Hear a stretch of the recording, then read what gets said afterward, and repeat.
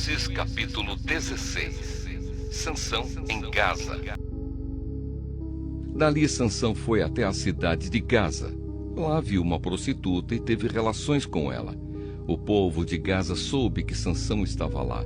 Então eles cercaram o lugar e ficaram a noite toda esperando Sansão no portão da cidade. Ficaram em silêncio pensando: vamos esperar um amanhecer, então nós o matamos. Mas Sansão ficou deitado somente até a meia-noite. Depois se levantou e arrancou o portão da cidade com os batentes e as trancas, pôs tudo nos ombros e carregou para o alto do monte que está em frente da cidade de Hebrom. Sansão e Dalila.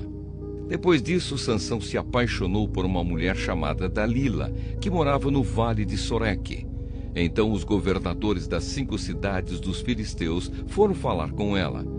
Eles disseram assim: dê um jeito de Sansão contar a você por que ele é tão forte e como é que o poderemos dominar, amarrar e deixar sem defesa. Se você fizer isso, cada um de nós lhe dará 1.100 barras de prata. Então Dalila pediu a Sansão: por favor, me conte o segredo da sua força. Se alguém quiser amarrar você e deixar sem defesa, o que é que ele deve fazer? Sansão respondeu: se me amarrarem com 7 cordas de arco novas, que ainda não secaram, eu ficarei fraco e serei como qualquer um. Aí os governadores dos filisteus trouxeram para Dalila 7 cordas de arco novas, que ainda não estavam secas, e ela amarrou Sansão. Dalila havia deixado alguns homens escondidos, esperando no outro quarto. Então gritou: Sansão, os filisteus estão chegando! E ele arrebentou as cordas de arco como se fossem fios de linha queimada. Assim eles continuaram sem saber qual era o segredo da força de Sansão. Então Dalila lhe disse: até agora você mentiu e caçoou de mim. Por favor, me diga, como é que alguém pode amarrar você? Sansão respondeu: se me amarrarem com cordas novas que nunca foram usadas, ficarei fraco e serei como qualquer um. Aí Dalila pegou cordas novas e amarrou os braços dele. Depois gritou: Sansão, os filisteus estão chegando! Os homens estavam novamente escondidos, esperando no outro quarto. Mas Sansão arrebentou as cordas como se fossem fios de linha. E Dalila disse: você continua mentindo e caçoando de mim. Diga, como é que alguém pode amarrar você? Ele respondeu: se você tecer num tear as 7 tranças do meu cabelo e prendê-las com um prego grande de madeira, eu ficarei fraco e serei como qualquer um. Então Dalila fez com que Sansão dormisse. Quando ele adormeceu, ela pegou e teceu as 7 tranças dele num tear e prendeu-as com um prego grande de madeira.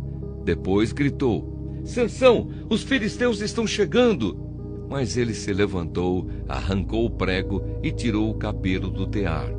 Então ela disse: por que você diz que me ama se isso não é verdade? Você me fez de boba 3 vezes e até agora não me contou por que é tão forte. E ela continuou a perguntar isso todos os dias. Sansão ficou tão cansado com a insistência dela que já não aguentava mais. E acabou lhe contando a verdade. O meu cabelo nunca foi cortado, disse ele. Eu fui dedicado a Deus como nazireu desde que nasci. Se o meu cabelo for cortado, perderei a minha força, ficarei fraco e serei como qualquer um. Quando Dalila percebeu que ele tinha dito a verdade, mandou o seguinte recado aos governadores filisteus: voltem de novo, agora ele me disse a verdade. Então eles vieram e trouxeram o dinheiro. Ela fez com que Sansão dormisse no seu colo. Em seguida chamou um homem e ele cortou as 7 tranças de Sansão. Aí Dalila começou a provocá-lo, mas ele havia perdido a sua força. Ela gritou: Sansão, os filisteus estão chegando!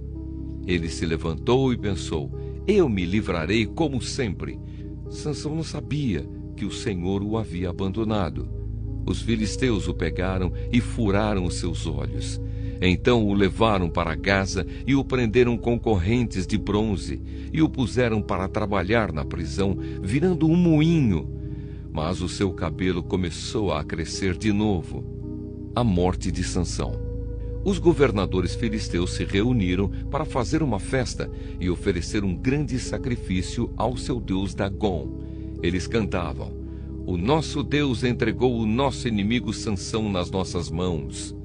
E o povo, quando viu Sansão, cantou louvores ao deus Dagom assim: "O nosso Deus entregou nas nossas mãos o inimigo que destruía a nossa terra e matava muitos dos nossos." E no meio daquela alegria disseram: "Chamem Sansão para ele nos divertir."